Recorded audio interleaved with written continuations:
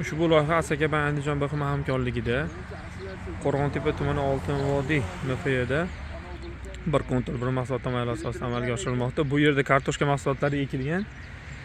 Yer maydoni jami 5 gektardan iborat. Maydonda enining uzunligi 130 metr, enining uzunligi, bo'yni uzunligi 380 metrdan iborat.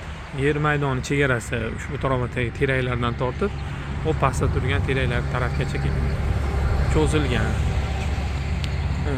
Bu yerdagi ekin zamonaviy usullar bilan parvarishlanmoqda. Hozirda ekib, unib chiqish holatida ekinlarni yetishtirish 98 kun davomida amalga oshiriladi. Yetishtirish jarayonida sug'oriladi, tabiiy va mineral o'g'itlar bilan oziqlantiriladi. Ushbu loyihaga 33 ta dehqon xo'jaliklari biriktirilgan. Har bir dehqon xo'jaliklari o'rtacha 15 sotixdan yer maydoni to'g'ri keladi. Loyihani samarali amalga oshirish maqsadida lider tadbirkor Bilimjon agrar korxonasi biriktirilgan. Ushbu loyiha bo'yicha har bir gektardan o'rtacha 18 tonna, jami 90 tonna hosil olish rejalashtirilgan. Mahsulot hosil yig'ishtirib olingandan so'ng ikkinchi ekinga ham yuqori daromadli ekin turini ekish orqali aholini daromadlar yanada oshib boriladi.